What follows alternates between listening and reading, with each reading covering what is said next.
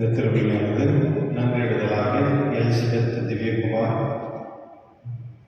புனித சூசேப்பருக்காகவும் நன்றிடுதலாக செல்வகுமார் 39வது பிறந்த நாள் கொண்டாடுகின்ற செல்வகுமார் கேட்காங்களா? Okay, happy birthday. மற்றும் இன்று விசேஷமாக கார்மல் மாதாவுடைய பிரசிடீரியம் புத்திரிய மாதாவுடைய பிரசிடீரியம் அவர்களுடைய கூட்டத்துக்காகவும் மற்றும் அவருடைய விண்ணப்பத்துக்காக ஒப்புக்கொள்ளப்படுகிறது. மற்றும் பிறந்த நாள் கொண்டாடுகின்ற உஷா இன்ஃபென்ட் இருக்காங்களா? Usha Infant happy birthday. மற்றும் ரோஷன் பால் அவர் இன்னைக்கு 20th பர்த்டே இருக்காங்களா? Okay, happy birthday.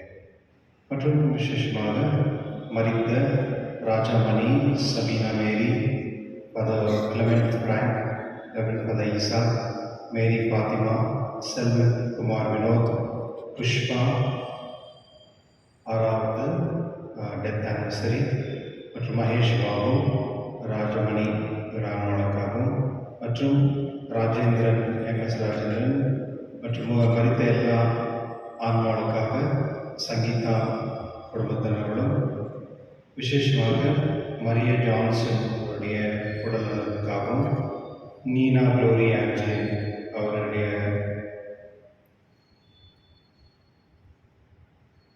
சொந்த அபிப்பிராயத்துக்காக இந்த திருப்பலியை ஒப்புக்கொடுக்கப்படுகின்றது. தந்தை மகன் தூய ஆவியாரின் பெயராலே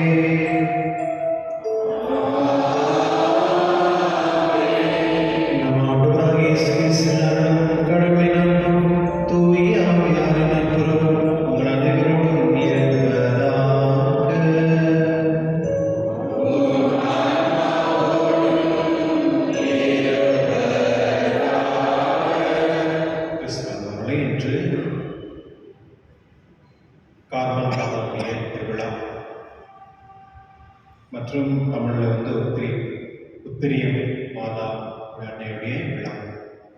விசேஷமாக இந்த விழா 1825ஆம் ஆண்டில் மாதா ஒரு தரிசனம் கொடுத்து அங்கிருந்த ஒரு கன்னிஸ்தர்களுக்கு அந்த கூட்டத்தில் அவர்கள் அவருடைய ஆசீர்வாதம் தந்து அவருடைய விண்ணப்பத்தை தெரிவித்ததுனால இந்த கார்மல் என்ற ஒரு மலை மேலே இந்த நிகழ்வு நடந்ததுனால அன்றிருந்து இதுவரையும் நிறைய கார்மல் கான்வென்ட்ஸில் நிறைய இருக்காங்க. அவர்கள் நிறைய சேவை செய்கிறாங்க. இது கூட மவுண்ட் கார்மல் அப்படின்ற ஒரு காலேஜ் இருக்குது. அப்புறமேட்டு மவுண்ட் கார்மல் அப்படின்ற ஒரு கோயில் இதில் இருக்குது. இந்த பண்ண சர்ச்சாப்பூர் ரோட்டில் கார்மல் ஒரு ஸ்டேஷனே ரயில்வே ஸ்டேஷன் அந்த பேர். நம்ம டயசிஸ்க்கு ஒரு மவுண்ட் கார்மல் ஒரு கோயில் இருக்குது. அவர்களே விசேஷமாக இன்று நம்முடைய தாய்மார்களுக்காக நாம் ஜெபிப்போம். மற்றும் கடவுள் நம்முடைய தாய்மார்கள் மூலியமாக தான் இந்த உலகத்தை நம்மளை கொண்டு வந்திருக்கிறார். அதுக்காக அவர் செய்த தியாகத்துக்காகவும் மற்றும் அவர் கொடுத்த அந்த அன்புக்காக நாம் கடவுளுக்கு நன்றி செலுத்தி இந்த திருவிழை மன்றாடுவோம். எல்லாம் இறைவனிடமும்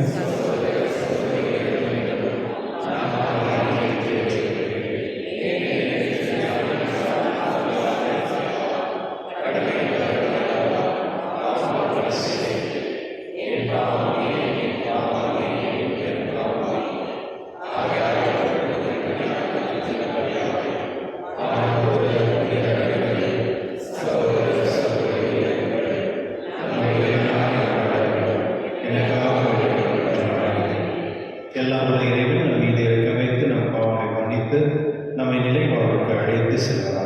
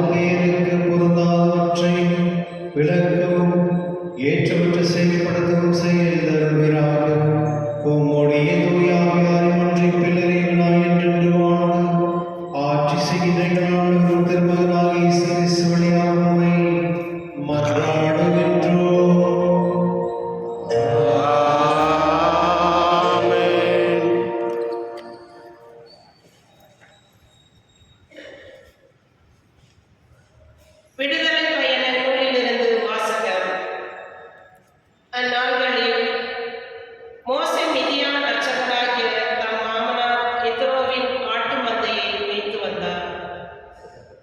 அவர் அந்த ஆட்டு மந்தையை பாலை நிலத்தில் மேற்றிசையாக ஓட்டிக்கொண்டு கடவுளின் மலையாகிய ஒரேபே வந்தடைந்தார். அப்போது ஆண்டவரின் தூதர் ஒரு முட்புதாரின் நடுவே தீப்பிழம்பில் அவருக்கு தோன்றினார். அவர் பார்த்தபோது முட்புதார் நெருப்பால் எரிந்து கொண்டிருந்தது. ஆனால் அம்முட்புதார் தீந்து போகவில்லை. ஏன் முட்புதார் தீந்து போகவில்லை? இந்த மாபெரும் காட்சியை பார்ப்பதற்காக நான் அப்பக்கமாக செல்லுவேன் என்று மோசே கூறிக்கொண்டார். அவ்வாறே பார்ப்பதற்காக அவர் அணுகி வருவதை ஆண்டவர் கண்டார். மோசே, மோசே என்று சொல்லி கடவுள் முட்புதாரின் நடுவில் இருந்து அவரை அழைக்க, அவர் இதோ நான் என்றார். அவர், இங்கே அணுகி வராதே, உன் பாதங்களில் இருந்து மிதியடிகளை அகற்றிவிடு, ஏனெனில் நீ நின்று கொண்டிருக்கிற இந்த இடம் புனிதமான நிலம் என்றார்.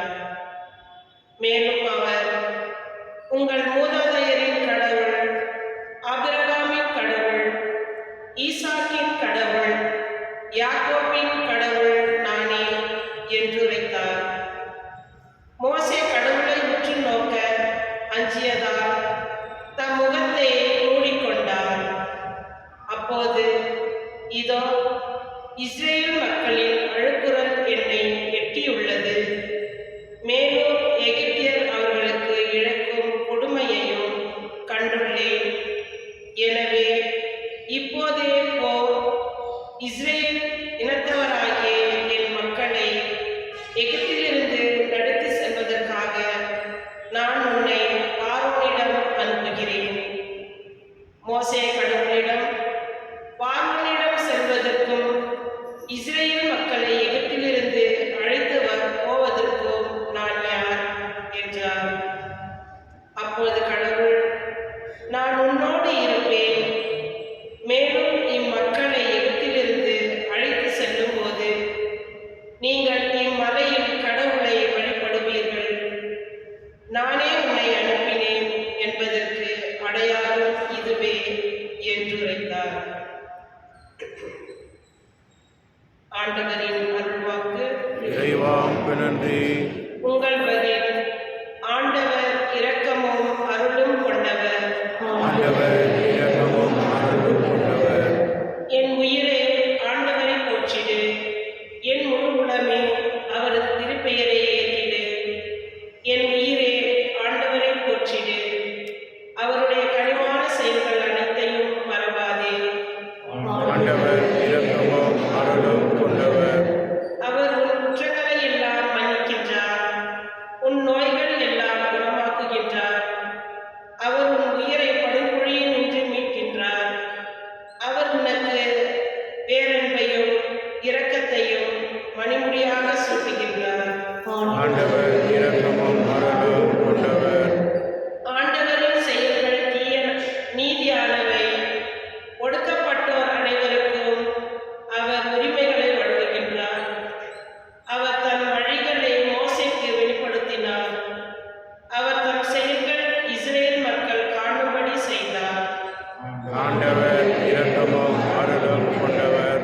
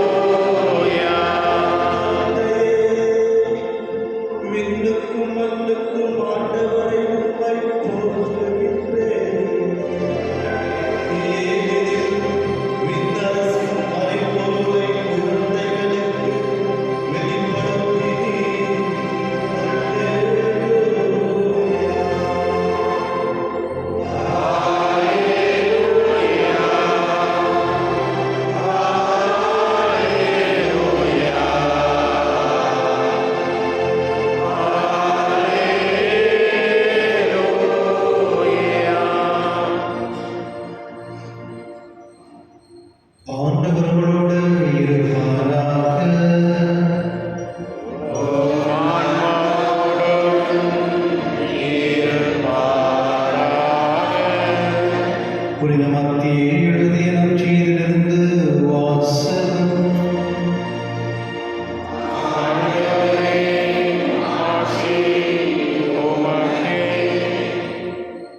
அக்காலத்தில் மக்கள் கூட்டத்தோடு இயேசு பேசிக் கொண்டிருந்த போது அவருடைய தாயும் சகோதரர்களும் வந்து அவருடன் பேச வேண்டும் என்று வெளியே நின்று கொண்டு இருந்தார்கள்.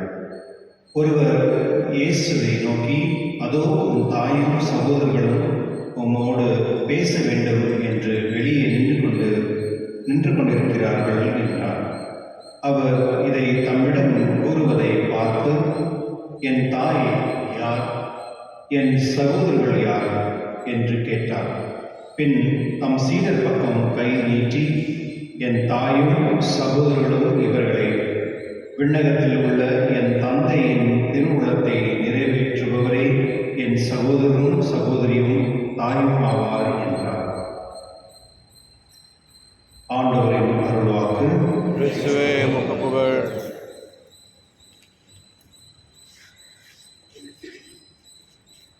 ஒரு முறை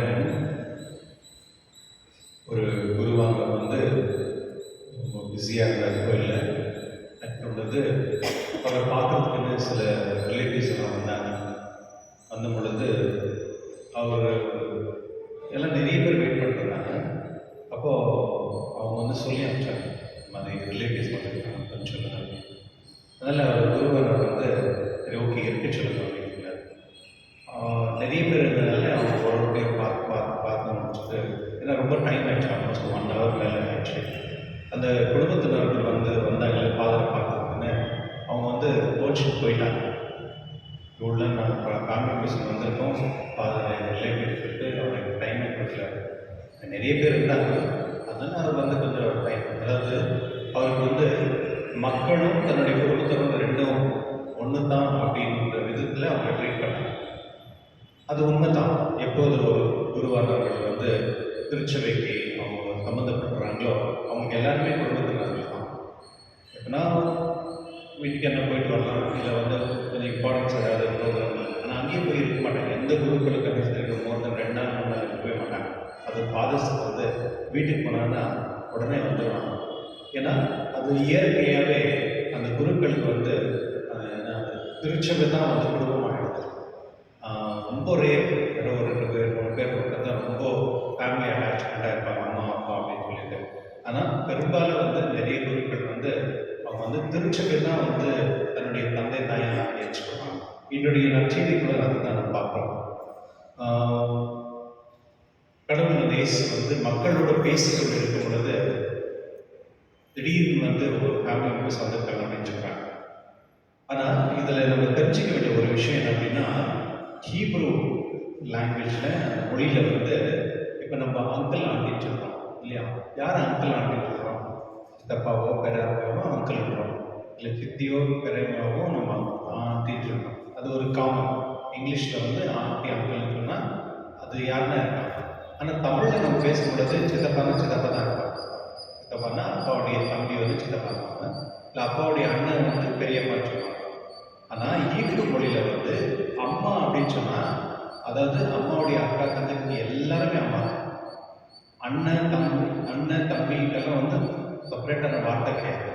பிரதர்ஸ், அது கசின் பிரதர்ஸ் இருந்தால் கூட அது வந்து பிரதர் போல தான்.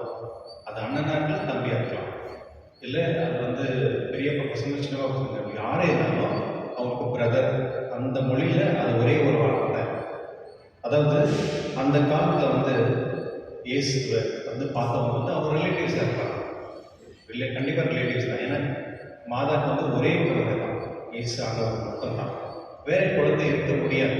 ஏன் அப்படின்னா மாதாவுடைய சரீரம் பரிபூர்ணமாக வந்து அது வந்து அபிஷேகம், அதாவது seal holy spirit, full of grace, அருள் நிறைந்த மரியே அப்படின்னா முழுமே மாதாவுடைய உடம்பு முழுவதுமே பரிசுத்தாவின் சம்மதம்.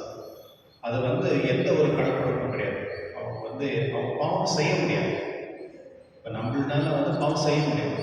ஏன்னா நம்மளுக்கு வந்து அந்த அந்த உணர்ச்சி இருக்குது, ப்ளஸ் நம்மளுக்கு வந்து அந்த ஃப்ரீடம் நம்மளுக்கு கொடுத்துருக்கு. ஆனால் மாதா வந்து படைக்கப்பட்டது முழுமையாகவே ஆண்டவர் இயேசுக்காக தான். அதனால மாதாவுக்கு வந்து வேற பசங்க இல்லை. ஆனால் கடவுள் வந்து சிலுவையில் இருக்கும் பொழுது தன்னுடைய தன்னுடைய உலகத்தில் இருக்க எல்லா மக்களையும் மாதா கிட்ட ஒப்புக்கொடுக்கிறார். இதோ உங்களுடைய பிள்ளைகள், தன்னுடைய சீடு ரொம்ப க்ளோஸாக இந்த ஒரு சீடில் வந்து இதோ உன்னுடைய தாய் அந்த பொறுப்பை வந்து ஹேண்டில் பண்ணுறாரு. ஒருவேளை ஆண்டவர் இயேசு வந்து மாதா மேலே வெறுப்பாக இருந்தால் இன்னைக்கு சொல்கிற மாதிரி யாருன்னு தாய் அப்படின்னு அவர் கேட்டிருந்தாருன்னா, அப்போ எதுக்கு வந்து செல்வல் இருக்க சமயத்தில் வந்து தன்னுடைய நண்பனாக இருந்த காரண வந்து என்னுடைய தாயை நீ பார்க்க அப்படின்னு சொல்ல முடியுமா? அது ரெண்டும் கான்டாக்ட் இல்லை. அதுபோல் இங்கே வந்து இந்த நற்செய்தி வந்து கொஞ்சம் எப்படி நம்ம புரிஞ்சுக்கணும் அப்படின்னா, கத்தோலிக்க திருச்சபையில் இந்த பிரச்சனை இல்லை, ஈஸியாக புரிஞ்சுக்குவாங்க. ஆனால் மற்ற கிறிஸ்டியன்ஸ் வந்து இதை வந்து அவங்க ஒரு நெகட்டிவ் எடுத்துக்கிறாங்க. ஒரு ஆண்டவர் இயேசுவே சொல்லிட்டாரு, அவங்க யார் என்னுடைய தாய் அப்படின்னு சொல்லி. அதோடைய அர்த்தம் அப்படி கிடையாது. அடுத்த வரிகள் ரொம்ப அழகான, என் தாய் யார், என் சகோதரர்கள் யார் என்று கேட்டார். பின் தம் சீடர் பக்கம் கை நீட்டி, என் தாயும் சகோதரர்களும் இவர்களே அப்படின்னு பார்க்கிறார். அப்போ யாரெல்லாம் வந்து அவரை பின்பற்றுகிறார்களோ, அவருடைய வார்த்தை கேட்டு நடக்கிறார்களோ, அவர்கள் தான் குடும்பத்தினர். அதனால தான் கிறிஸ்துவில் ஞானஸ்தானம் பெற்றவர்கள் எல்லாருமே கடவுளுடைய குடும்பம். நிறைய பேர் வந்து இவங்க இந்த கேஸ்ட், இந்த மொழி, தூரத்தில் புரியுதா?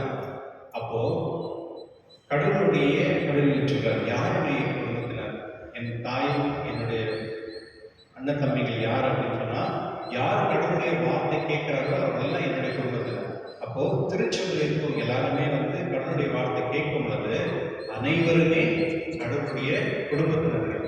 அதுக்காக தான் நம்மளுக்கு யாருக்கும் அதிகாரம் கிடையாது, இவங்க இந்த கேஸ்ட், இந்த லாங்குவேஜ், இவங்க அவங்க அப்படின்னு சொல்லி அவங்ககிட்ட நான் பேச மாட்டேன் அப்படின்னு சொல்லவே முடியாது.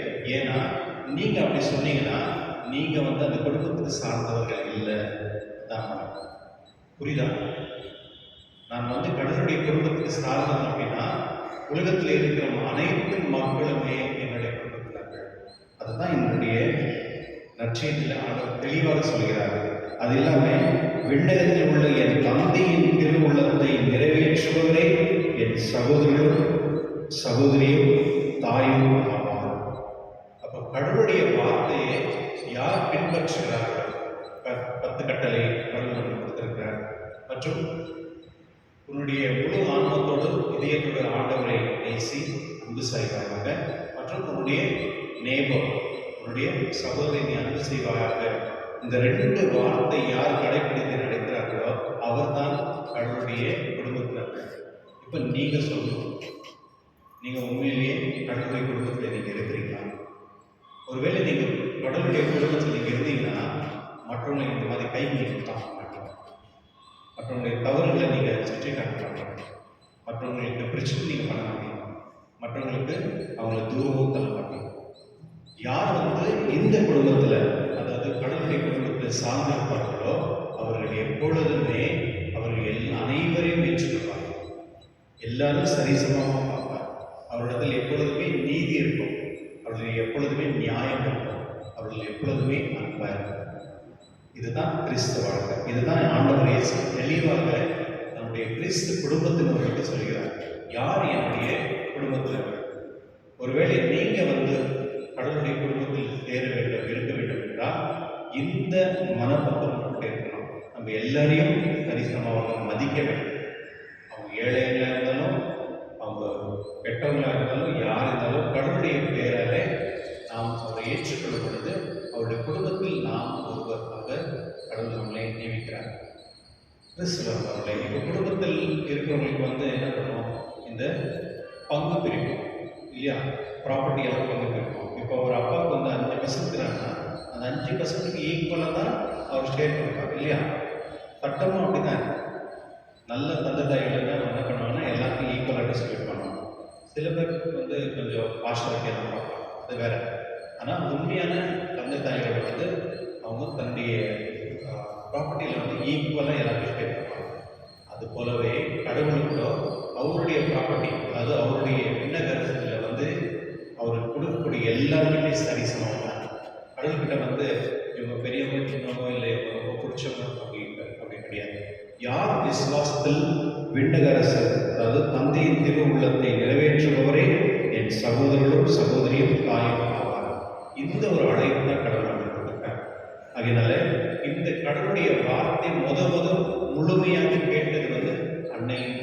மாதா தான்.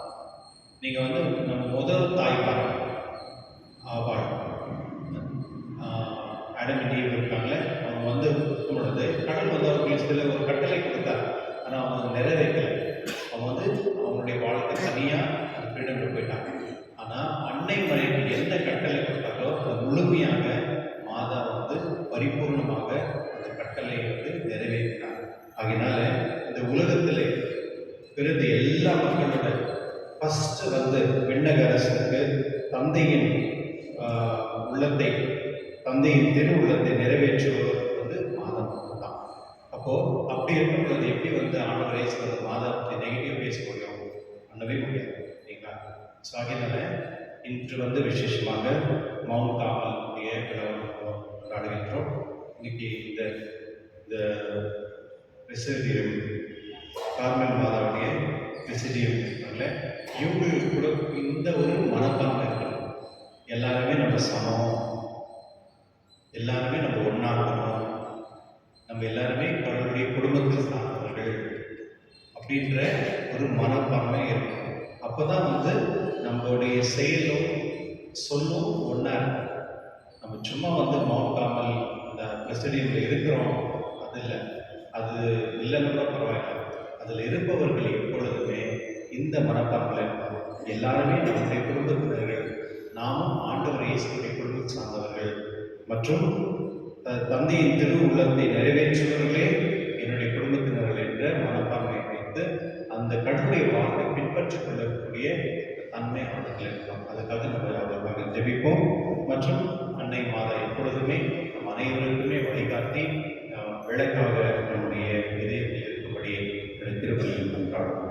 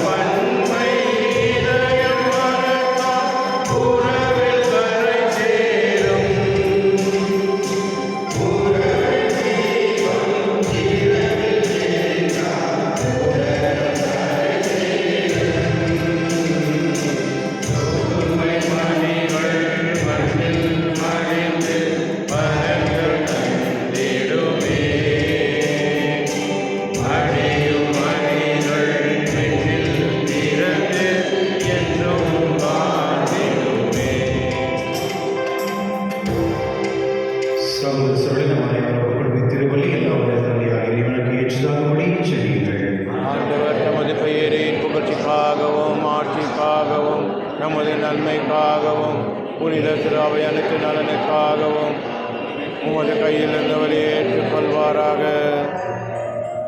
ஆண்டவரே, உம்மை நோக்கி மன்றாடும் திருவை காணிக்கைகளை கண்ணோக்கியரும் உம் நம்பிக்கையால் புனிதத்தில் வளருவதற்கும் உணவாக இவற்றை மாற்றி அருள்வீராக. எங்கள் ஆண்டவராக கிறிஸ்து வழியாக உம்மை மன்றாடுகின்றோம்.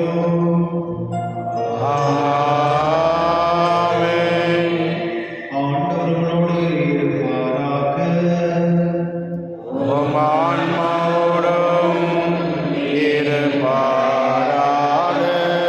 இதை எங்களை ஆண்டவரிடம் எழுப்புங்கள்.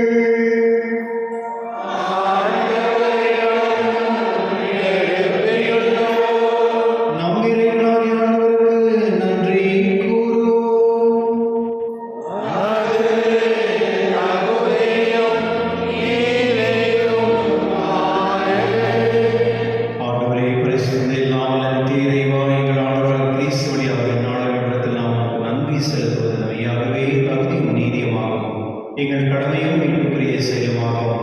கிறிஸ்து மனிதரின் பிள்ளைகளை கண்டு இரக்கம் என்று கண்ணிமன் இருந்த பிறக்கத்திலுமானார். சிலுவையில் பாடப்பட்டு எங்களை நித்திய சாவிலிருந்து விடுவித்தார். இறந்தோரும் இருந்து உயிர்த்தெழுந்து நித்திய வாழ்வைகளை கழித்தார். ஆகவே தூதரோடும் அரியணை சொல்வோர், ஆட்சிபோர் மற்றும் மாநக செய்திகள் அனைவரோடும் சேர்ந்து நான் உமது மகிமை புகழ்ந்து பாடி முடிவின்றி சொல்வதாவது.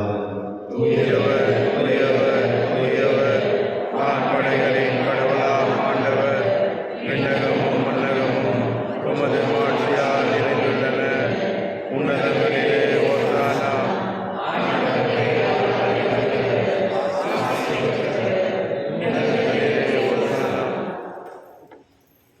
ஆண்டவரே, நேர்மையாகவே தூயவர் திரு அனைத்துக்கும் ஒன்று.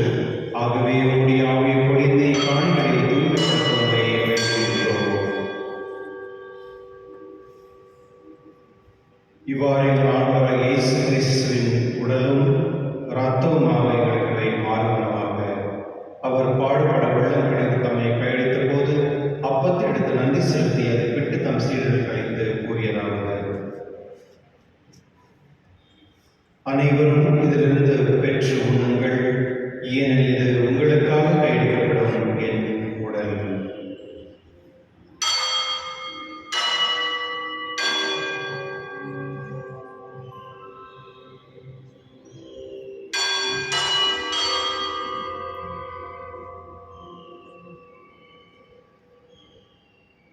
அவ்வளவே இரவு விருந்தை அருந்திய பின் கிண்ணத்தையும் எடுத்து மீண்டும் உமக்கு நன்றி கூறி தம் சீடர்களுக்கு அவர் கூறியதாவது: அனைவரும் இதிலிருந்து பெற்று பருங்கள், ஏனெனில் இது புதிய நிலையான உடன்படிக்கைக்கு உரிய என் இரத்தத்தின் கிண்ணம். இது பாவ மன்னிப்புக்கென்று உங்களுக்காகவும் பலருக்காகவும் சிந்தப்படும். இதை என் நினைவாக செய்யுங்கள்.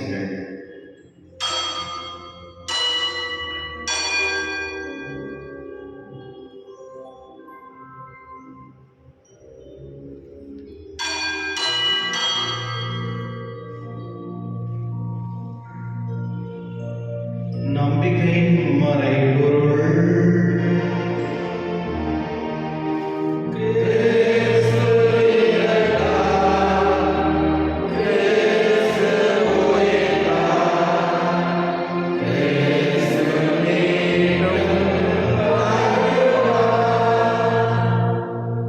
ஆகவே ஆண்டவரே, நாங்கள் கிறிஸ்துவின் இறைப்பினியும் உயிர்ப்பினியும் நினைவு கூர்ந்து வாழும் தன் அப்பத்தை மீட்படைக்கும் கிண்ணத்தையும் ஒப்புக் கொடுக்கின்றோம். உம் திருமணம் ஊழியக்குரிய கதவுகளை நீங்கள் ஏற்றுக்கொண்டீர். எனவே உமக்கு நன்றி செலுத்துகின்றோம். மேலும் கிறிஸ்துவின் உடலிலும் இரத்தத்திலும் பங்கு கொள்ளும் எங்களை தூயாவை கொண்டு சேர்க்க வேண்டும் என உங்களை தாழ்மையுடன் கொண்டாடுகின்றோம். ஆண்டவரை, உலகெங்கும் பரவிருக்கும் உமது திருஅவையை நினைவு கூர்ந்தள்ளும். எங்கள் திருத்தந்தை லியோ போலி, எங்கள் ஆயர் பீட்டர், எல்லா திருநிலையார் ஆகிய அனைவரோடும் உமது திருஅவை அன்பில் நிறைவு பெற செய்தள்ளும். மேலும் உயிர்த்தெழும் எதிர்நோக்கும் உயிர் கொள்ளும் எங்கள் சகோதர சகோதரியும் இறந்தோர் அனைவரும் இரக்கத்துடன் நினைவு கூர்ந்து உமது திருமுகொழியை ஏற்றிடும். எங்கள் அனைவரின் மீதும் இரக்கமாயிரும். கடவுளின் கண்ணீர் தாயின் புனித மரியா, அவருடைய கணவனார் புனித யோசேப்பு, புனித திருத்தூதர்கள், இவ்வுலகில் உமக்கு உதவராய் இருந்தோராகிய புனிதர் அனைவரோடும் நாங்கள் நிலை வாழ்வில் பங்கு கொள்ளவும் தகுதி பெற்று உம் திருமகன் இயேசு கிறிஸ்து வழியாக உம்மை புகழவும் தேர்ந்த வருடம் அல்ல உம்மை மன்றாடுகின்றோம்.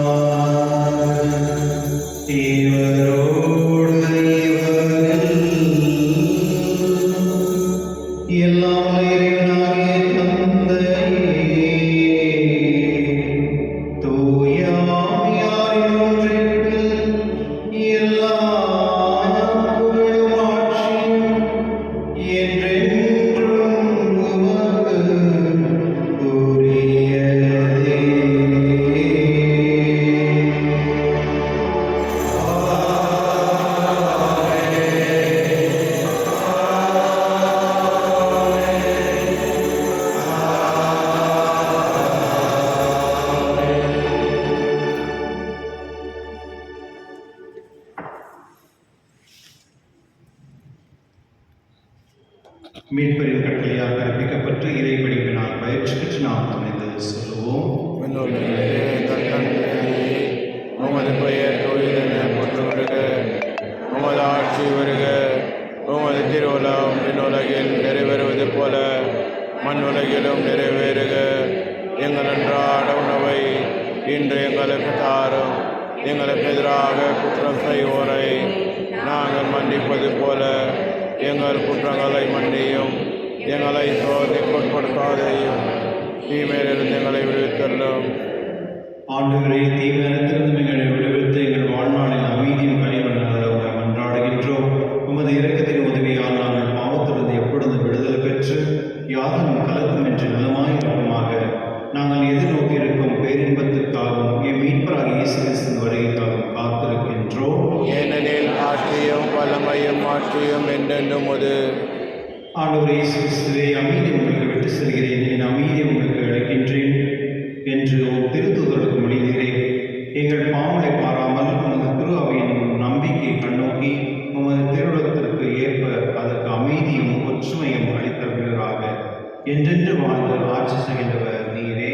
ஆமென். ஆண்டவருடைய அமைதி உங்களுடன் என்றும் இருப்பதாக, ஆன்மாவோடும் இருப்பதாக. ஒருவருக்கொருவர் அமைதியை பகிர்ந்து கொள்வோம்.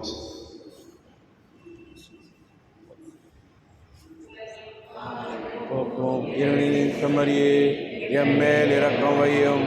உலகின் பாவம் போக்கும் இருளின் செம்மறியே, எம்மேல் இரக்கம் வையும். உலகின் பாவம் போக்கும் இருளின் செம்மறியே, எமக்கு அமைதி அருளும்.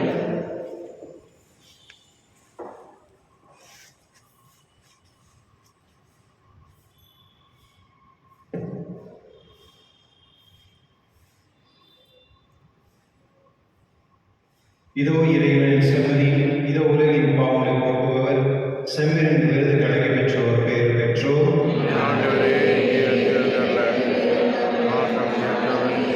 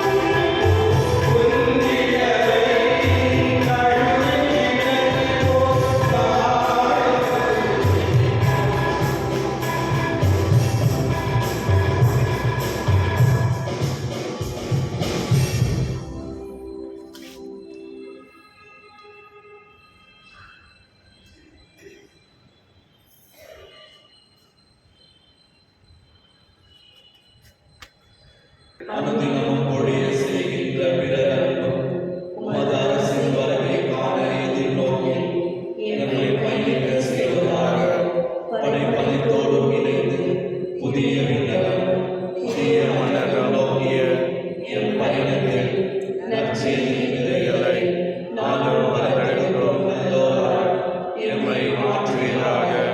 மீட்பின் யூபிலி கொண்டாட்டம் மற்றும் என் பங்கின் யூபிலி கொண்டாட்டம் ஆகியவற்றில் அருளும் ஆசிரும் விண்ணக செல்வங்களின் மீதான உண்மையான நாட்டத்தை எம்மில் தூண்டி எழுப்புவதாக.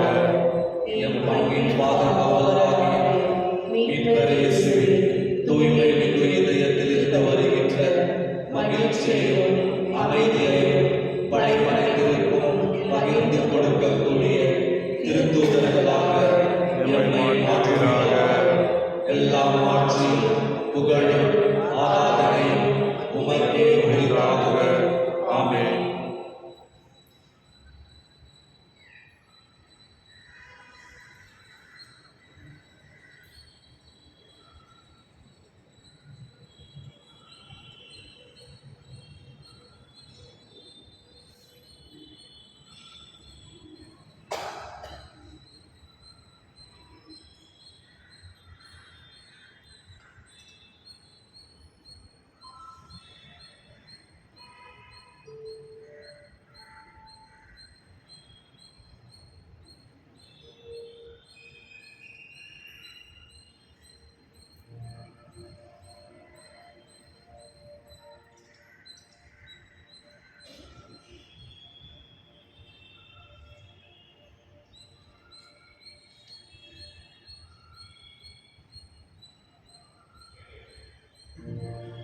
மன்றாடுவோமாக.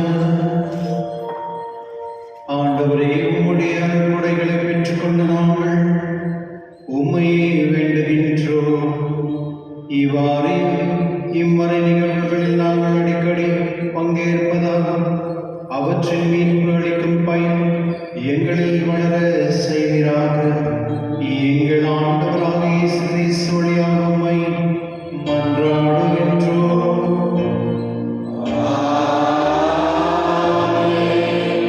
ஆண்டவர்களோடு இருப்பாராக. உம் ஆன்மாவோடும் இருப்பாராக. எல்லாம் வல்ல இறைவன் தந்தை, மகன், தூய ஆவியார் அனைவரும் ஆசீர்வதிப்பாராக.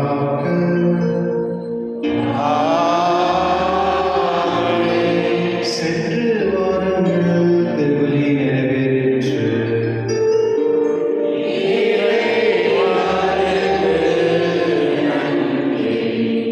உங்களுக்கு நன்றி. Have a wonderful day. Thank you, Father.